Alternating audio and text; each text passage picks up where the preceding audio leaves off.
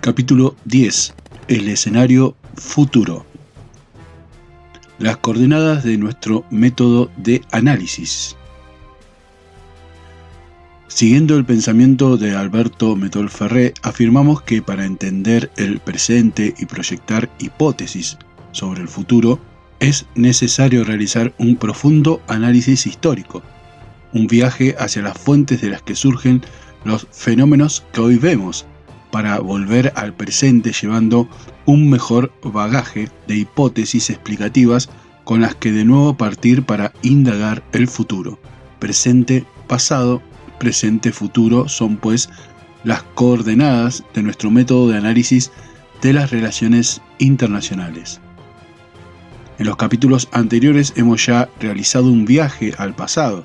Nos proponemos ahora indagar el presente y el futuro. Trataremos entonces de realizar un análisis objetivo de algunas de las grandes tendencias que actualmente se pueden observar en el mundo. Intentaremos identificar y presentar en forma de hipótesis algunos de los más peligrosos desafíos, pero también las numerosas oportunidades que se nos presentarán en este siglo.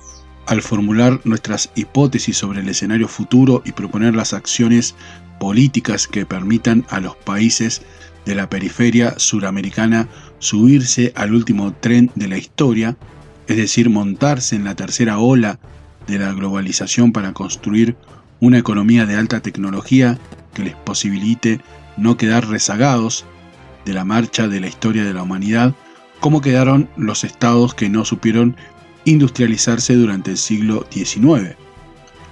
Somos conscientes de que los hechos políticos, como todos los hechos humanos, ejercen su libertad dentro de un contexto dado por los factores reales y los ideales, según la configuración última de las circunstancias resultantes del azar. Parafraseando a Ortega y Gasset, creemos que las naciones son las naciones y sus circunstancias. Creemos también, como sostenía Hans Morgenthau, que dibujar el curso de la corriente del poder mundial, prever los cambios de dirección y su velocidad, detectar bajo la superficie de las actuales relaciones de poder los desarrollos germinales del futuro, es siempre una tarea ideal que, cuando se realiza con éxito, constituye el logro intelectual supremo del analista de la política internacional. Como tarea ideal, advierte Morgenthau, nunca será perfecta, precisamente porque la naturaleza y el hombre son elementos imperfectos, impredecibles, factores que no se pueden conocer con exactitud y que hacen que los cálculos de evaluación puedan ser siempre inexactos. Estados Unidos y el nuevo umbral de poder. Como ya afirmamos, a partir de su plena realización industrial, Estados Unidos elevó el umbral de poder que los otros Estados miembros del sistema necesitaban alcanzar para mantener su capacidad autonómica, es decir, para no caer bajo la subordinación estadounidense. La consecuencia necesaria de la conversión de Estados Unidos en el primer Estado-nación industrial continental fue que a las otras unidades políticas del sistema internacional solo les sería posible mantener su capacidad autonómica plena si lograban conformar un Estado-nación industrial de superficie y población semejantes a las de Estados Unidos, es decir, de superficies continentales. Con la Primera Guerra Mundial quedó definitivamente al descubierto que el poder de los Estados-nación industriales, modelos del siglo XIX, Gran Bretaña, Francia y Alemania, habían quedado completamente sobrepasados por el poder del gigantesco Estado-nación industrial continental estadounidense, y que la mayoría de los Estados-nación latinoamericanos eran, en comparación con el megaestado industrial estadounidense, impotentes microestados condenados a ser, en el futuro inmediato, estados subordinados como lo fueron en su momento las ciudades-estado de Génova o Venecia, cuando irrumpieron en la historia del Estado-nación español y el Estado-nación francés. Pensadores como Manuel Ugarte, José Vasconcelos, Rufino Blanco, Fombona y Francisco García Calderón advirtieron entonces que solo a través de la industrialización y la integración, los estados de América Latina podrían alcanzar el nuevo umbral de poder. Desde finales de la década de 1950, gracias a la reacción desencadenada por un nuevo impulso estatal, Estados Unidos logró comenzar a construir un sector de alta tecnología. De esa forma comenzaron a elevar nuevamente el umbral de poder que las otras unidades políticas del sistema necesitaban alcanzar para mantener su capacidad autonómica. Sin embargo, es preciso aclarar que la sobreestimación de la alta tecnología como factor de poder podría llevar a Estados Unidos a cometer el error de subestimar la importancia del sector industrial como factor de poder. Si se sobreestima la importancia de la alta tecnología como factor de poder y se descuida el aparato industrial, se debilita la pirámide del poder. Una economía basada exclusivamente en la alta tecnología excluye a una masa laboral enorme que tiende necesariamente a pauperizarse. Los vaivenes económicos y las numerosas turbulencias de los mercados internacionales globalizados bien podrían estar afectados por este factor. En efecto, la errónea concepción de que sería posible un estado exclusivamente postindustrial, capaz de prescindir de su anterior factor dinámico, la industria, es posiblemente el principal factor del notorio debilitamiento de la economía estadounidense. La creencia de que solo produciendo tecnología y derivando sectores crecientes de la población al área de servicios para transferir el factor industrial a otros países más atrasados que se fueron convirtiendo paulatinamente en proveedores de todo tipo de bienes elaborados, generó una estructura laboral y productiva notoriamente débil. La alta tecnología, por definición, es excluyente de mano de obra, y la poca que requiere necesita de un grado de capacitación extremadamente elevado, poco factible de ser alcanzado por un alto número de habitantes. Así, las grandes masas laborales van perdiendo sus empleos y pasando a sectores de servicio, notoriamente dependientes de los vaivenes económicos, y bajando, en consecuencia, la calidad de su empleo y su capacidad de consumo y repago. Una economía que no genera ingresos genuinos en cantidades suficientes, como solo la industria del mercado interno gigantesco que Estados Unidos supo crear en su momento, termina siendo incapaz de sostener el círculo virtuoso de crecimiento. Hoy, Estados Unidos, gracias a la reacción desencadenada por un nuevo impulso estatal, se está convirtiendo en el primer estado postindustrial de la historia y, por lógica, consecuencia, está nuevamente elevando el umbral de poder que las otras unidades políticas del sistema internacional necesitan alcanzar para poder mantener su capacidad autonómica. Pero, a la vez, la sobreestimación de este factor podría, paradójicamente, mellar el poder nacional estadounidense. Es que la derivación de la industria a terceros países está haciendo que Estados Unidos se vea sometido a vaivenes muy indeseables en su economía, una economía cada vez más especulativa y con peor calidad de ingresos, que tiende a mantenerse solo mediante un déficit creciente. En definitiva, si Estados Unidos no recompone a tiempo su sector industrial, habrá sacado por un error en la percepción del valor de la alta tecnología uno de los pisos fundamentales de su pirámide de poder. En síntesis, la interpretación de Toffler podría verse superada por la realidad de la incapacidad del nuevo factor para proveer de ingresos y energías suficientes a la economía estadounidense.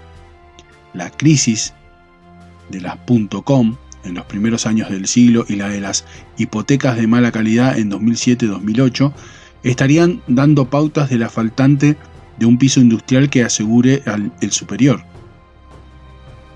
Como hoy ya no es posible concebir un Estado autónomo sin la incidencia determinante del manejo tecnológico propio, parece altamente posible que tampoco sería posible prescindir de la estructura industrial, gracias a la cual estas nuevas tecnologías se hicieron posibles. La tesis fundamental sería, en consecuencia, que el umbral de poder se alcanza mediante la acumulación de factores y no mediante el reemplazo de unos por otros, como pretende Toffler. Para la construcción del poder nacional, la edificación de alta tecnología es condición necesaria pero no suficiente. La vigencia del impulso estatal como acción desencadenante del poder nacional. Así como la revolución industrial tuvo como primer epicentro Inglaterra, la tecnología tuvo como centro neurálgico a Estados Unidos. Si los descubrimientos marítimos que dieron origen a la primera globalización fueron motivados por la necesidad europea de bordear el poder islámico, la revolución tecnológica que desató la tercera ola globalizante fue motivada en la década de los años 60 por la necesidad estadounidense de superar a la Unión Soviética en la carrera por la conquista del espacio y en la década de los 80 por el intento estadounidense de neutralizar a través de la política conocida como de la Guerra de las Galaxias la amenaza, supuesta o real, del expansionismo soviético. Poner antes que nadie un hombre en la Luna fue, además de una proeza científica, un objetivo estratégico de Washington para demostrar su superioridad como potencia y la primacía del sistema que representaba. Las investigaciones financiadas y patrocinadas por el Estado para ganar la carrera espacial provocaron un salto tecnológico de dimensiones revolucionarias y colocaron a las empresas estadounidenses en la vanguardia tecnológica, otorgándoles una ventaja competitiva extraordinaria, al mismo tiempo que modificaron la vida cotidiana en todo el planeta Tierra.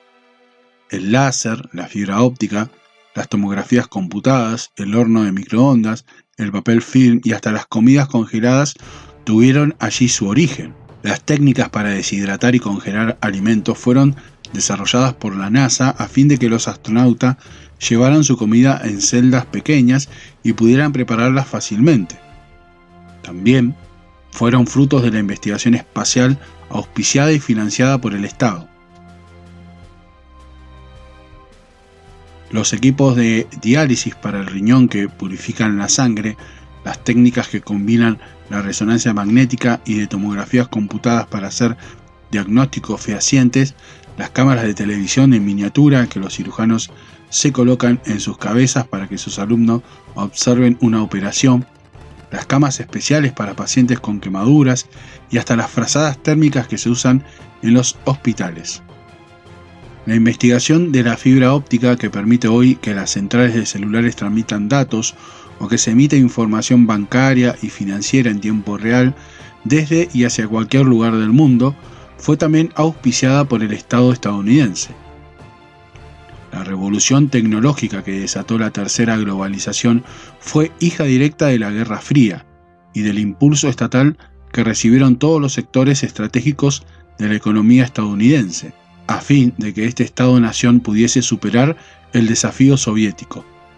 El keynesianismo militar espacial constituyó la forma alternativa y encubierta a través de la cual Estados Unidos siguió interviniendo en la economía después de la Segunda Guerra Mundial, al tiempo que predica Urbi et Orbi las ventajas de la no intervención.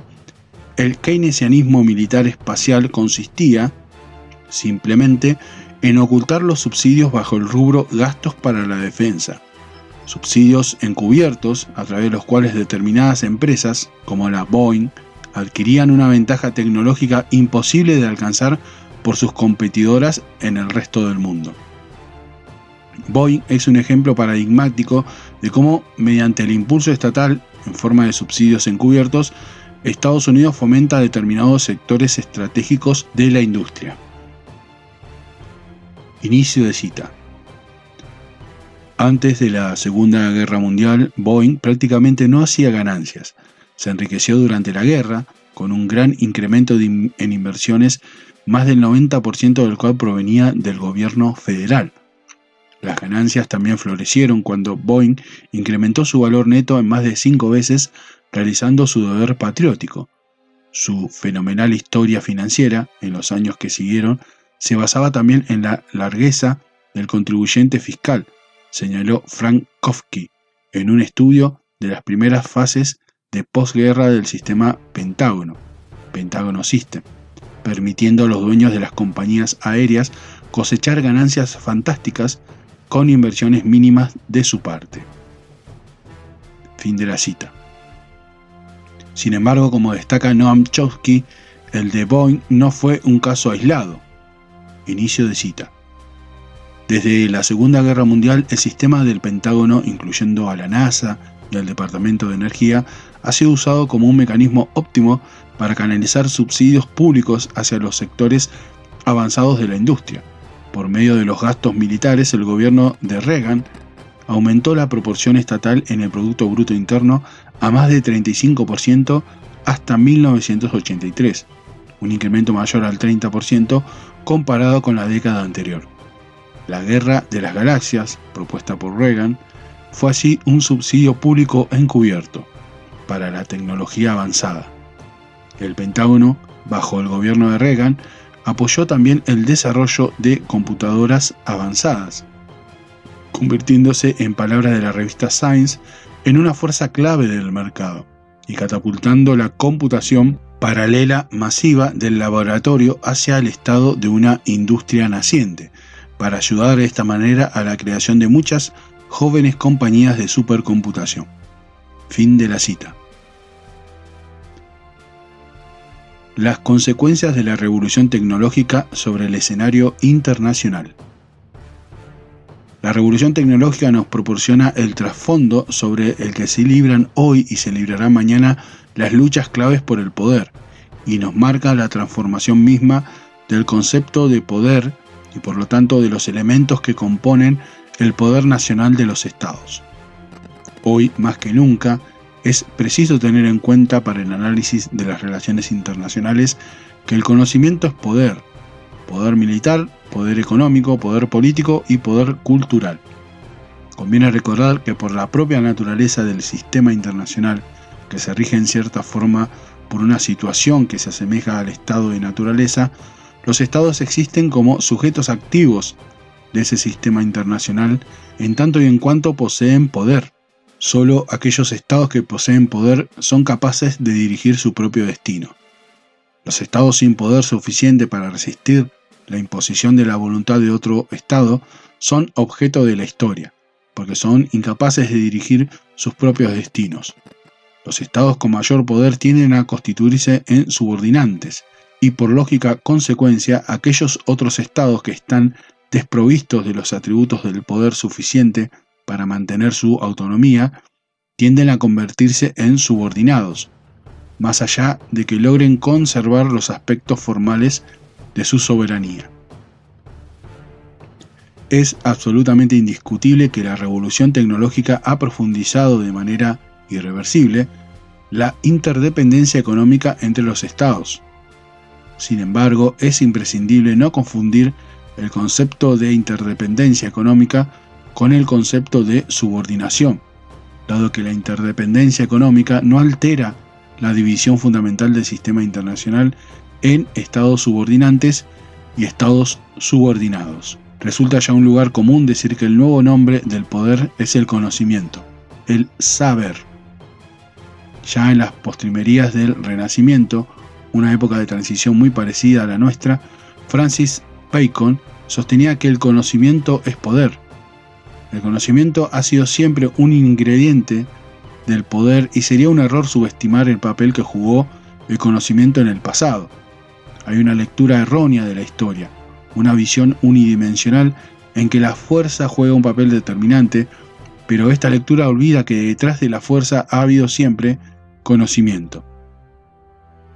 Sin embargo, la proporción del conocimiento en cuanto ingrediente del poder es ahora, por cierto, más determinante que nunca. Alvin Toffler, en su libro El cambio del poder, dedicado a explorar el impacto del futuro en la sociedad contemporánea, concibe el poder como un taburete de 3 patas, conformado por la riqueza, la violencia y el conocimiento, imagen que lo lleva a elaborar el concepto del poder del equilibrio. Pero, ¿qué es el conocimiento en cuanto a factor de poder? ¿Consiste simplemente en el desarrollo de la capacidad tecnológica? A estos interrogantes responde Toffler de manera original afirmando que El conocimiento incluye mucho más que los elementos convencionales como la ciencia y la tecnología o la educación.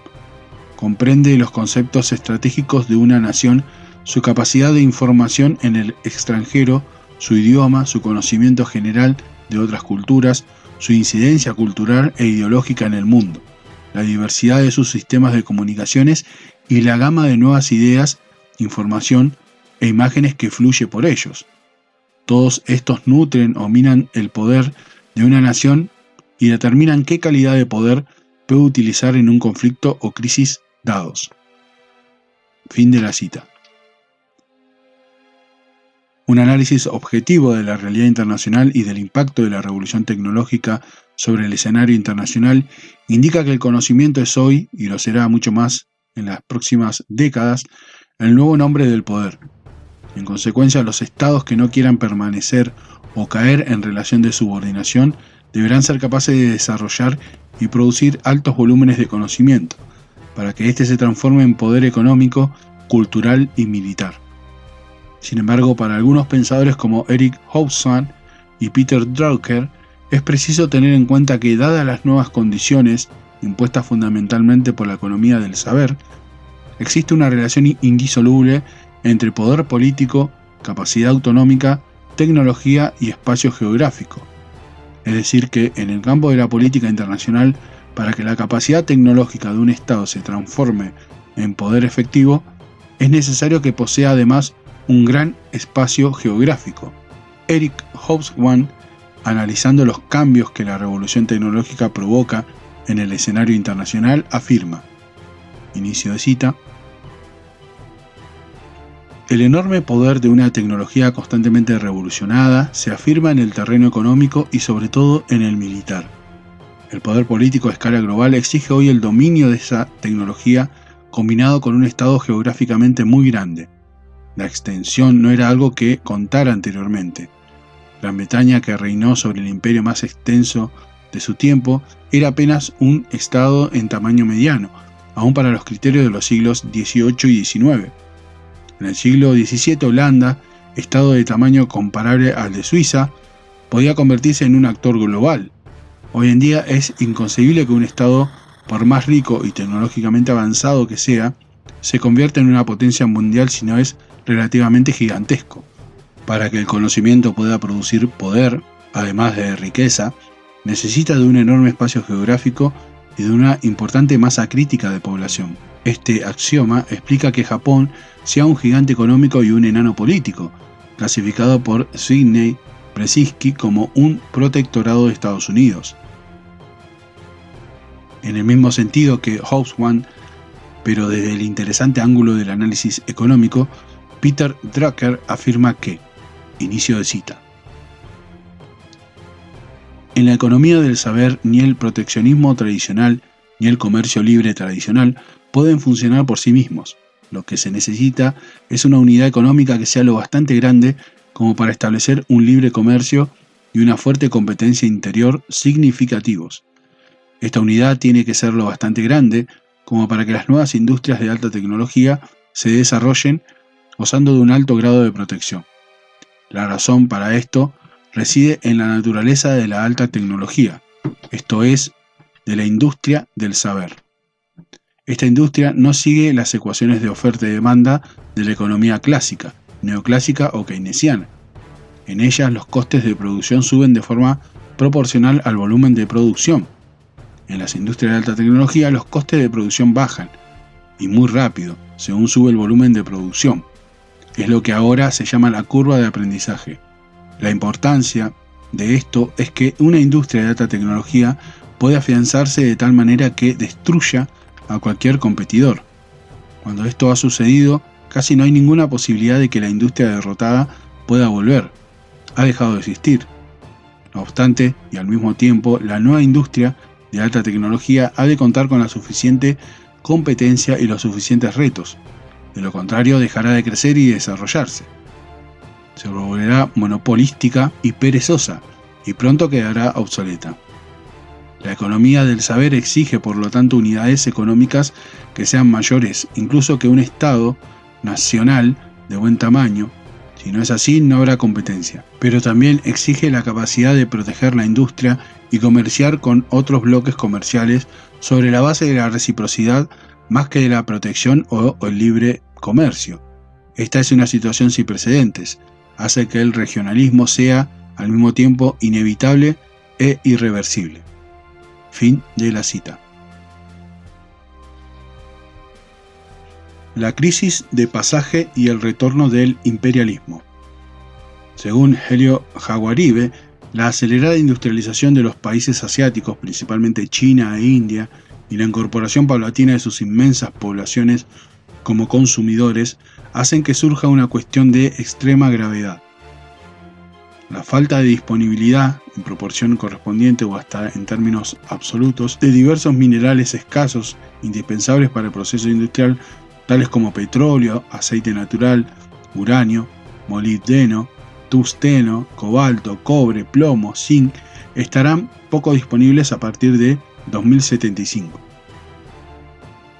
Según las proyecciones del Departamento de Energía estadounidense, el consumo de energía de China va a aumentar un 4.3 al año hasta 2020, lo cual implicaría un aumento de 150% en el consumo de petróleo, de 158% de hula y de más de 1100% en gas natural. Una pauta similar se observa en India, en donde el consumo de energía aumentará un 3.7% hasta 2020. Es un hecho que la demanda de muchas materias primas claves está creciendo a un ritmo insostenible. En este estado de cosas, afirma Jaguaribe, inicio de cita, o se logra una amplia y profunda reorganización de la civilización industrial que no se esté haciendo y tampoco se está pensando seriamente en hacer, o el mundo se enfrentará en el último tercio de este siglo a una gigantesca crisis industrial. Es probable que en presencia de esa crisis los países más poderosos, sobre todo Estados Unidos, sean llevados a un feroz imperialismo de suministros y se apoderen de las fuentes de recursos escasos en detrimento de los más débiles. Fin de la cita. Para algunos expertos en seguridad internacional como Michael Clare, la disputa por los recursos está deviniendo en un rasgo cada vez más destacado del sistema internacional. Para Clare, el objetivo más importante de la agenda estratégica de Washington es garantizar el acceso estadounidense a las fuentes de recursos vitales en el extranjero. Así lo evidencian. Inicio de cita. No solo la dimensión geográfica de los planteamientos estratégicos, el énfasis cada vez mayor dedicado a operaciones militares en el Golfo Pérsico, en el Caspio o en otras zonas productoras de energía, sino también los aspectos operativos. Este nuevo enfoque puede observarse, por ejemplo, en la atención dedicada a los problemas de la energía por parte de los servicios norteamericanos de inteligencia. Fin de la cita. La hipótesis del retorno al imperialismo de suministro es contestada por Thomas Friedman, quien postula: las principales disputas sobre los recursos se resolverán a través de los mecanismos del mercado, dado que el aumento de los precios producto de la escasez hará que se desarrollen materiales de sustitución. Según Clare, la tesis de Friedman pasa por alto el hecho histórico de que en numerosas oportunidades gobiernos de cualquier signo político han acudido a las armas por lo que ellos consideran intereses nacionales vitales, entre los que figuran los abastecimientos de petróleo y agua potable. Y hoy en día, en casi todos los países del mundo, sostiene Clare, el designio de proteger las materias primas esenciales se ha convertido en un rasgo primordial de la planificación nacional de seguridad. Además, contrariamente a la opinión de Friedman, las fuerzas del mercado podrían ser contraproducentes en el sentido de que, inicio de cita, si los precios del crudo aumentasen tanto que suscitasen grandes penurias económicas en los países importadores, estos podrían emprender operaciones militares en el extranjero, acción que de hecho ha sido contemplada por los estrategas norteamericanos en el pasado y podría revelarse como la opción preferencial ante futuras crisis de ese género. Además, Clare detalla que, inicio de cita, ninguna sociedad industrial avanzada puede subsistir sin un aprovisionamiento sustancial de petróleo. Por lo tanto, cualquier circunstancia susceptible de comprometer seriamente la continuidad del suministro puede originar una crisis y, en casos extremos, provocar el empleo de la fuerza militar. Cualquiera de las grandes regiones productoras está expuesta a una incidencia de ese tipo. Fin de la cita. Incluidas por lógica las regiones petroleras de América del Sur, en su obra La economía del hidrógeno, Jeremy Rifkin observa que, inicio de cita, nos acercamos a un punto crítico en la era de los combustibles fósiles, de consecuencias potencialmente desastrosas para la civilización industrial. Si hasta ahora los expertos habían evaluado que todavía quedaba petróleo crudo disponible para 40 años aproximadamente, algunos de los principales geólogos ya han comenzado a sugerir que la producción global podría tocar techo e iniciar un descenso continuado mucho más temprano que lo previsto. Quizá a finales de la primera década del siglo XXI, los países productores no pertenecientes a la OPEP se están acercando ya a su techo de producción, lo que deja la mayor parte de las reservas restantes en los países islámicos del Oriente Medio marcados por la inestabilidad política. Sin embargo, están haciendo un nuevo patrón energético, una nueva fuente de energía que reemplazará al petróleo como este reemplazó en su momento al carbón. Fin de la cita. Rifkin afirma que esa nueva fuente de energía será el hidrógeno. Resulta lógico especular que, como sostiene Friedman, los mecanismos de mercado harán orientar la investigación científica hacia el desarrollo de materiales de sustitución y hacia la creación de nuevas fuentes de energía.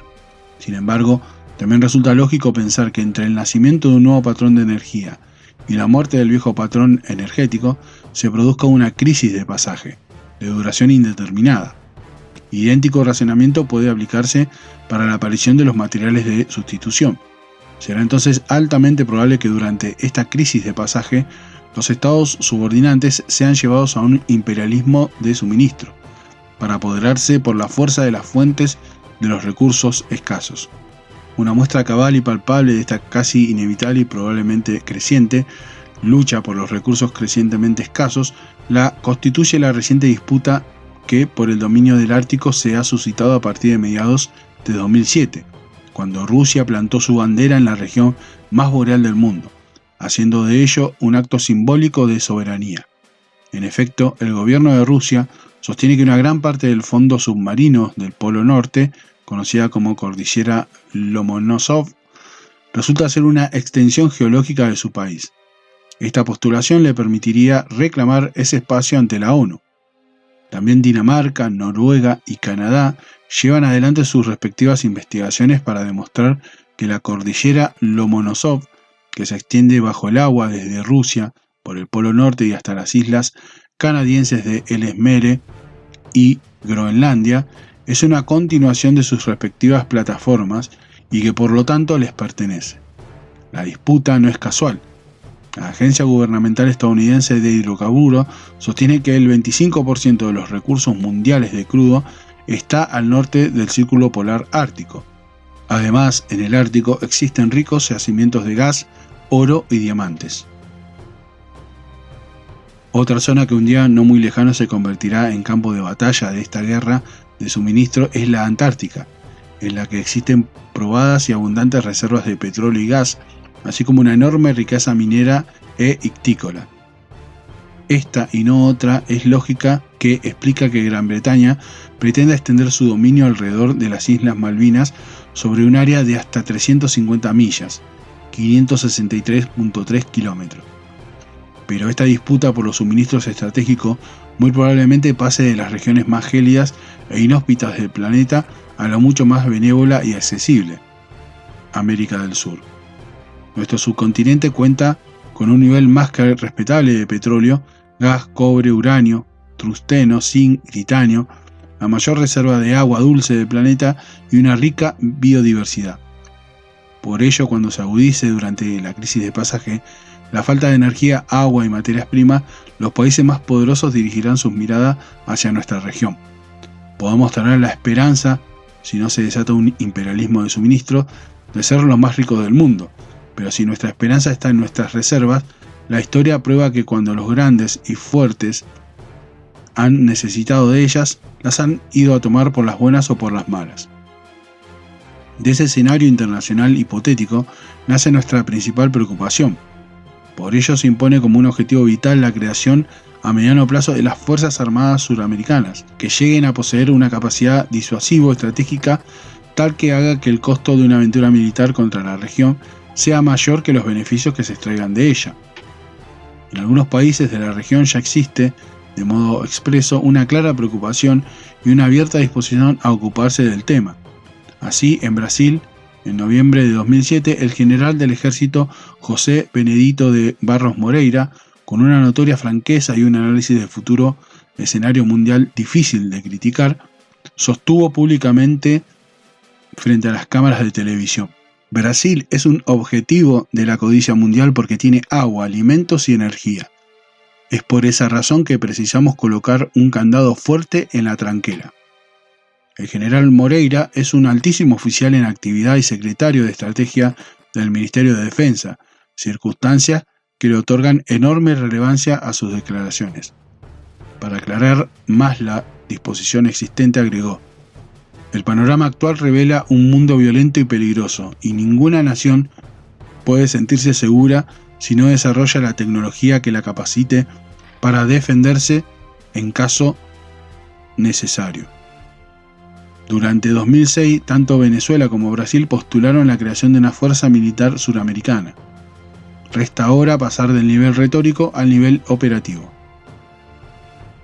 La Cuarta Flota y la hipótesis del retorno del imperialismo de suministros. El 1 de julio de 2008, después de 58 años de inactividad, la Cuarta Flota de la Marina de Estados Unidos volvió a patrullar las aguas hispanoamericanas. La Cuarta Flota surgió en 1943 para luchar contra los submarinos nazis y proteger la navegación durante la Segunda Guerra Mundial. Fue desactivada en 1950 por innecesaria, pero importa destacar que volvió a actuar de facto algunas semanas de 1964 durante el golpe de Estado contra el presidente brasileño João Goulart. Fue entonces cuando varios buques de la Marina de Guerra estadounidense se posicionaron en la bahía de Santos, estado de San Pablo, para actuar ante una eventual resistencia popular frente al derrocamiento del presidente Goulart. Importa destacar que con el restablecimiento de la Cuarta Flota, el Comando Sur ha alcanzado el mismo nivel de importancia que el Comando Central, que opera la Quinta Flota en el estratégico Golfo Pérsico. ¿Qué razones podría tener Estados Unidos para enviar una fuerza naval tan poderosa a una región que se encuentra relativamente en paz, sin conflictos étnicos ni religiosos explosivos, sin poderío nuclear, ni amenazas militares reales? ¿Cuál es entonces el objetivo de la Cuarta Flota? Oficialmente sus objetivos principales son combatir el terrorismo y las actividades ilícitas como el narcotráfico. Sin embargo, la historia demuestra que ninguna potencia mundial toma una decisión de dimensión estratégica si no hay detrás un gran motivo. Un despliegue militar de una entidad semejante aparece, mínimo, como una desmesura. El objetivo, declarado, muestra clara asimetría con la entidad de la fuerza desplegada, mucho más si se repasa y evalúa seriamente el poderío real de las fuerzas que oficialmente se propone combatir. Esta asimetría permite reflexionar sobre la veracidad de los objetivos declarados. Resulta lógico deducir que la decisión de reactivar la Cuarta Flota se produce en términos estratégicos en previsión de la crisis de pasaje. En esta perspectiva, a la exultante cantidad de suministros básicos existentes en la región se han sumado recientemente los enormes descubrimientos de petróleo en el mar brasileño, que difícilmente sean un elemento ajeno a la decisión estadounidense. En la ciudad de Tucumán, durante la cumbre del Mercosur, realizada en julio de 2008, el presidente brasileño Luiz Inácio Lula da Silva expresó sus dudas sobre los verdaderos objetivos de la reciente restablecida Cuarta Flota. Ahora que descubrimos petróleo a 300 kilómetros de nuestras costas, nos gustaría que Estados Unidos explique cuál es la lógica de esa flota en una región como esta que es pacífica. Días antes, el presidente brasileño, un hombre poco inclinado a declaraciones altisonantes, siguiendo la tradición marcada por Itamaraty, había abandonado su habitual cautela para denunciar públicamente que los grandes potencias mundiales ambicionaban controlar el acuífero Guaraní, una de las mayores reservas de agua dulces del mundo que subyace desde el Mato Grosso brasileño hasta las Pampas argentinas. Dicen que hay que internacionalizar el acuífero porque nosotros no somos capaces de preservarlo. El presidente brasileño había reaccionado ante las declaraciones efectuadas en Tokio por el ex primer ministro británico Tony Blair, frente a los parlamentarios del grupo del G8, más los 5 emergentes, entre ellos Brasil.